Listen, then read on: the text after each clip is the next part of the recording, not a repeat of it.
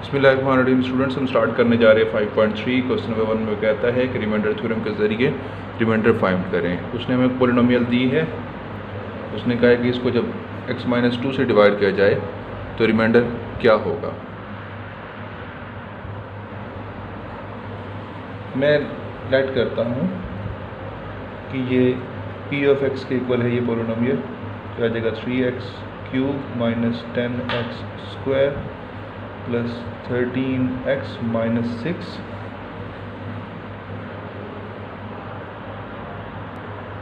इसको जब डिवाइड किया जाएगा x-2 से तो ये x इज इक्वल टू 2 आ जाता है।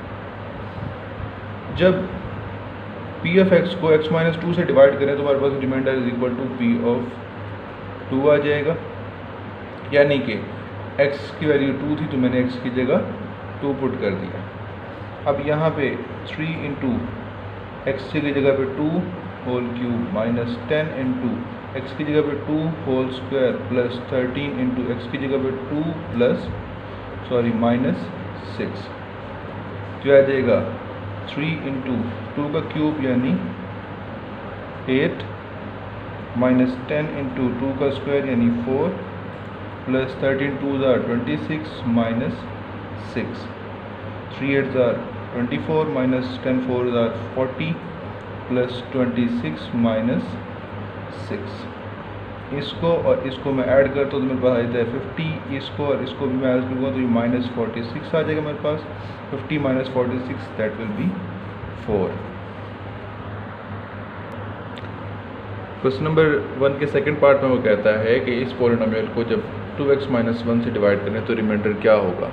मैं पहले लेट करूँगा p of x is equal to this polynomial, that is 4x³ minus 4x plus 3। इसको डिवाइड किया गया है 2x-1 से। ये 1 इधर माइनस हो रहा है तो इस तरह जाके प्लस हो जाएगा। ये 2 इधर x का मल्टीप्लाई होता तो जाके डिवाइड हो जाएगा, तो x इज इक्वल टू 1/2 आ जाता है मेरे पास। अब क्योंकि ये पॉलिनोमियल 2x-1 से डिवाइड किया जा रहा है तो रिमाइंडर हमारे पास आ जाएगा p of 1/2, और पॉलिनोमियल मेरे पास है 4 इंटू जहाँ पे x था वहाँ पे मैंने 1/2 पुट किया तो ये इसका क्यूब आ गया, माइनस 4 इंटू एक्स का क्यूब यानी कि x, तो x की जगह 1/2 आ गया प्लस 3, 4 इंटू 2 का क्यूब 8 हो जाएगा, minus 2 1s are 2 2s are 2 1s are 2 plus 3, 4 1s are 4 2s are, तो जगह 1/2 माइनस 2 प्लस 3। अब मैं इन तीनों का एलसीएम ले लेता हूँ, ये आ जाएगा 2।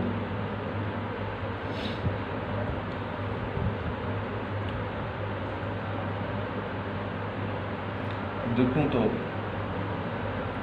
इसकी डिनोमिनेटर में भी 1, इसको डिनोमिनेटर में भी 1, तो 2 को 2 से डिवाइड करें 1 आंसर आ जाएगा 1, 1 1s are 1, माइनस 2 को 1 से डिवाइड करें 2 आंसर, 2 2s are 4, प्लस 2 को 1 से डिवाइड करें विल बी 2 आंसर होगा, 2 3s are 6, तो ये हमारे पास आ जाएगा 1 प्लस 6 7 माइनस 4/2 जो कि आएगा 3/2 which is our remainder।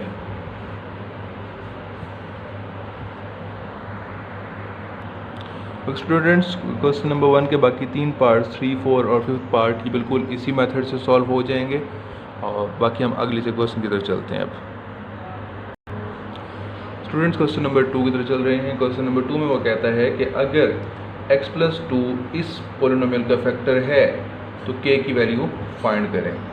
मैं लेट करता हूँ कि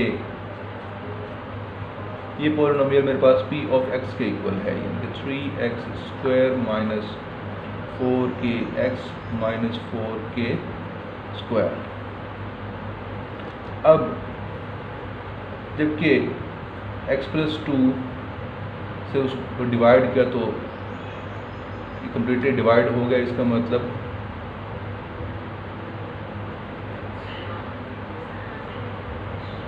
when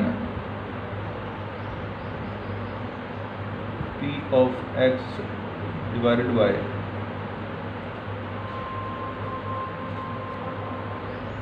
x plus 2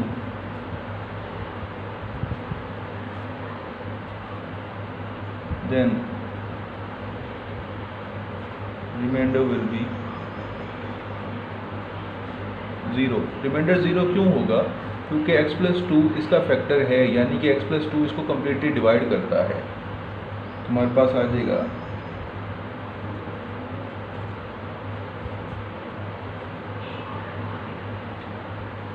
reminder is equal to p of -2 3 into p of -2 का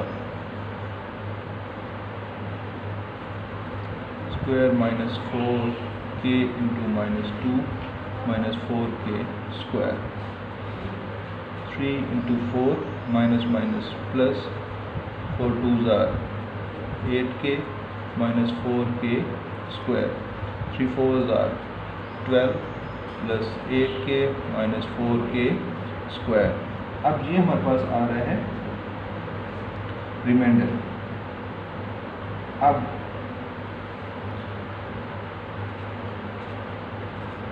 जो कंडीशन उसने हमें बताई है उसके मुताबिक remainder should be equal to 0। मैं इसको लिखूंगा -4k स्क्वायर, अरेंज कर देता हूँ इसको साथ ही में, प्लस 8k प्लस 12 इक्वल्स 0।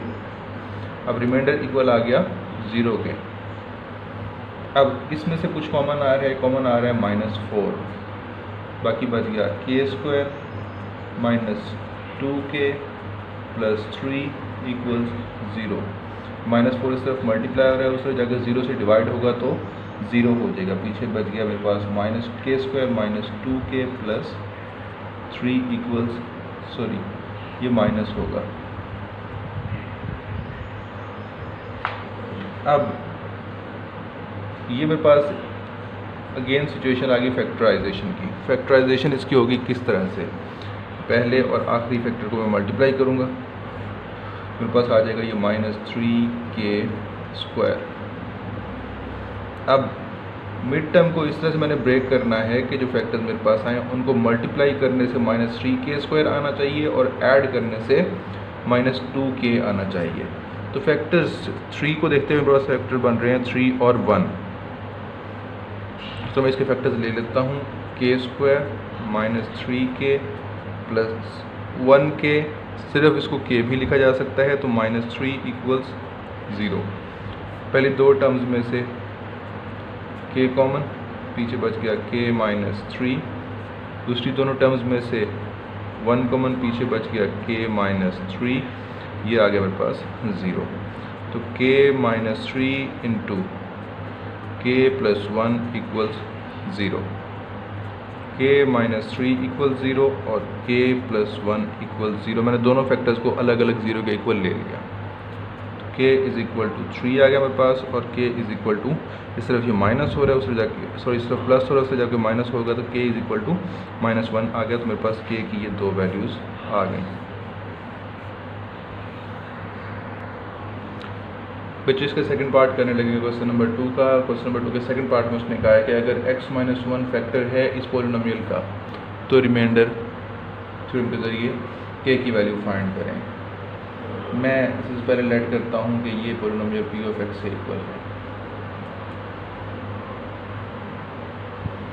तो ये आ जाएगा मेरे पास x³ minus kx² plus 11x minus k। अब when x³, या मैं ये सिंपली इसको ये कह देता हूँ when p of x is divided bye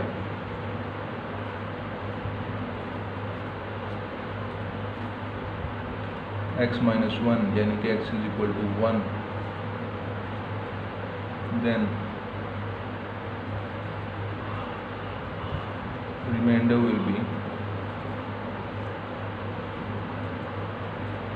p of 1। अब 1 का क्यूब आ जाएगा माइनस k इंटू 1 का स्क्वायर प्लस 11 इंटू 1 माइनस 6। 1 का क्यूब 1 माइनस k इंटू 1 का स्क्वायर 1 ही आ जाएगा, तो k 1 से मल्टीप्लाई करेंगे तो k आ जाएगा प्लस 11 1 11 माइनस 6 1 प्लस 11 ये आ जाएगा 12 माइनस k माइनस 6। 12 माइनस 6 करेंगे तो मेरे पास आ जाएगा ये 6 माइनस k। अब जब k p ऑफ x का ये फैक्टर है तो इसका मतलब क्या हुआ, गिवन कंडीशन के मुताबिक रिमाइंडर होना चाहिए 0। ये रिमाइंडर है तो मैं इसको 0 के इक्वल ले लूँगा, ये k इस तरफ माइनस हो रहा है उस तरफ जाके प्लस हो जाएगा। 6 इज इक्वल टू k, तो k की वैल्यू मेरे पास आ गई 6। ओके स्टूडेंट्स, क्वेश्चन नंबर 3 में उसने कहा है कि लॉन्ग डिवीजन किए बगैर हमें पता लगाना है कि ये x माइनस 2 और x माइनस 3 इस पोलिनोमियल के फैक्टर्स हैं या नहीं हैं। तो मैं क्या करूँगा, मैं रिमाइंडर थ्योरम के ज़रिए ये पता लगाऊंगा। मैं पहले बारी बारी ये फैक्टर्स दोनों इसमें पुट करके ये पता लगाऊंगा। पहले क्या करूँगा कि x माइनस 2 यानी कि x is equal two plus 2, तो इस तरफ ये 2 माइनस हो रहा है, उससे जाके अगर मैं इसको 0 के इक्वल पुट करूँ तो ये इस तरफ माइनस हो रहा है 2, उस तरफ जाके प्लस हो जाएगा, तो x इज इक्वल टू 2। मैं इस p ऑफ x में पोलिनोमियल में पुट करके ये पता लगाऊंगा कि ये से फैक्टर है या नहीं है। तो मैं p ऑफ 2 करता हूँ तो इज इक्वल टू 2 का क्यूब माइनस 12 इंटू 2 का स्क्वायर प्लस 44 इंटू 2 माइनस 48। 2 का क्यूब 8 माइनस 12 इंटू 2 का स्क्वायर यानी 4 प्लस 44 2 आर 88 माइनस 48।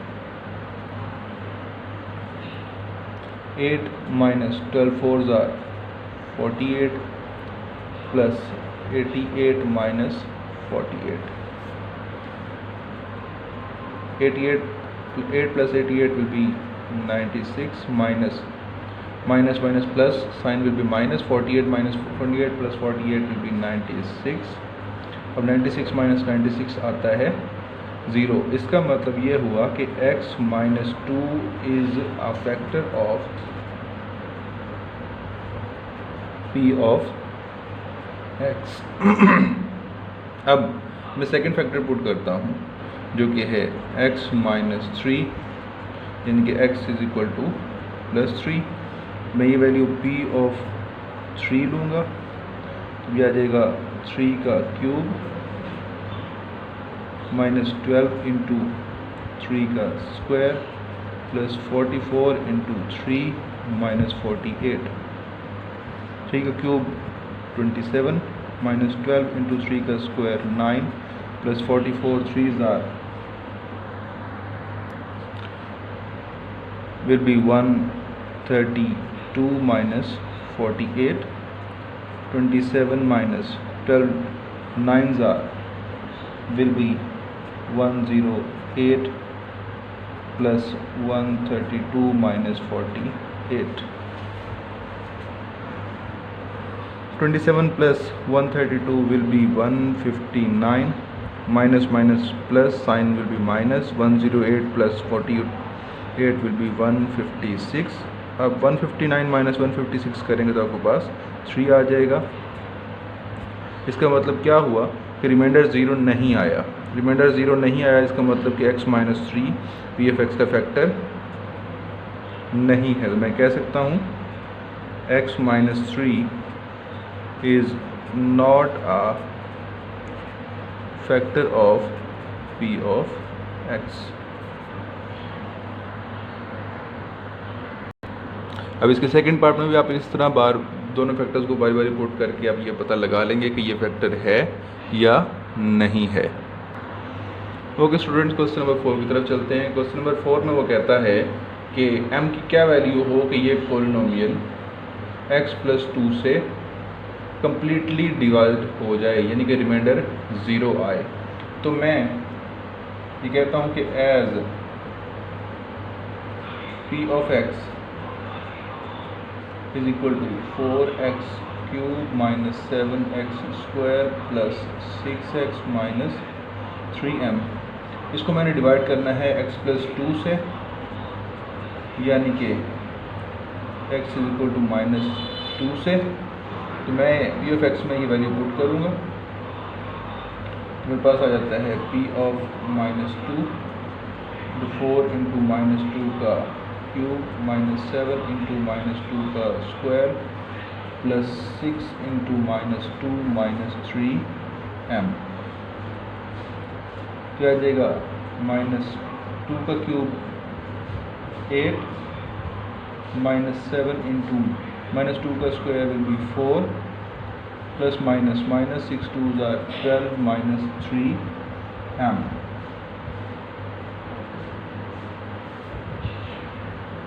अब plus minus minus 4 8s are 32 minus 7 4s are 28 minus 12 minus 3m। अब ये तीनों वैल्यूज़ माइनस की हैं तो ये प्लस होंगी, लेकिन साइन माइनस का आएगा। मैं इन तीनों को ऐड करता हूँ तो मेरे पास आ जाता है 72 minus 3m। Bye given condition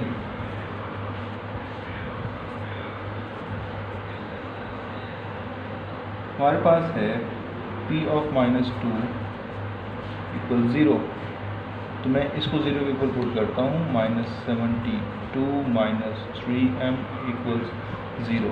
अब इन दोनों में से मेरे पास माइनस 3 कॉमन आ रहा है, पीछे बच रहा है मेरे पास 24 प्लस m इक्वल्स 0। माइनस 3 इस तरफ मल्टीप्लाई हो रहा है इसके साथ, उधर जाकर 0 से डिवाइड होगा तो ख़त्म हो जाएगा, तो 24 प्लस m इक्वल्स 0 आ जाएगा। ये 24 इस तरफ माइनस प्लस हो रहा है, उस तरफ जाके माइनस हो जाएगा, तो m is equal to minus 24 आ जाएगा। यानी कि अगर m की वैल्यू माइनस 24 होती तो ये पॉलिनोमियल x प्लस 2 से एग्जैक्टली डिविजिबल होता। स्टूडेंट्स क्वेश्चन नंबर 5 में उसने कहा है कि k की क्या वैल्यू होगी अगर p ऑफ x को और q ऑफ x को x माइनस 3 से डिवाइड किया जाए, और दोनों से इसको भी जब 3 से डिवाइड करें और q ऑफ x को भी जब 3 से डिवाइड करें तो हमारे पास रिमाइंडर दोनों के इक्वल आते हैं। तो मैं बारी बारी दोनों को रिमाइंडर फाइंड कर लेता हूँ रिमाइंडर थ्योरम के ज़रिए। तो पहले मैं p ऑफ x का फाइंड करता हूँ। p ऑफ x यानी p x की वैल्यू 3 है, तो मैं यहाँ पे 3 पुट कर देता हूँ। k इंटू 3 का क्यूब प्लस 4 इंटू k का 3 का square plus 3 into 3 minus 4। k into 3 का क्यूब 27 प्लस 4 इंटू 3 का square 9 plus 3 3s are 9 minus 4।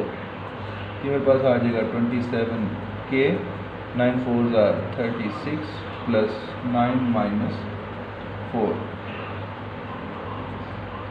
27k 36 plus 9 45 minus 4 will be 41। अभी मेरे पास रिमाइंडर आ गया p ऑफ 3 का। अब इसी तरह मैं q ऑफ 3 का रिमाइंडर फाइंड कर लेता हूँ। मेरे पास आ जाएगा 3 का cube minus 4 into 3 plus k। 3 का cube 27 minus 3 4s are 12 plus k। ये आ जाएगा 27 minus 12 will be 15 plus k। अब बाय गिवन कंडीशन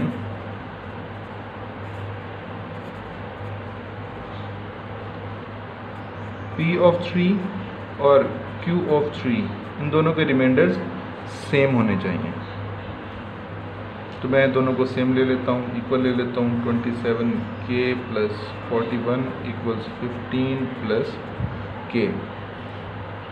ये k इस तरफ प्लस हो रहा है, उस तरफ जाके माइनस हो जाएगा। 27k माइनस k इक्वल्स 15 इधर है, 41 इधर प्लस हो रहा है, इधर आके माइनस हो जाएगा। अब 27k में से एक k माइनस करें तो मेरे पास 26k आ जाएगा। 41 में से 15 माइनस करें तो मेरे पास माइनस 26 आ जाएगा। k इस 26 इस तरफ मल्टीप्लाई हो रहा है, उस तरफ जाके डिवाइड हो जाएगा, यानी कि मेरे पास आ जाएगा -1। यानी कि k की वैल्यू मेरे पास आई है -1।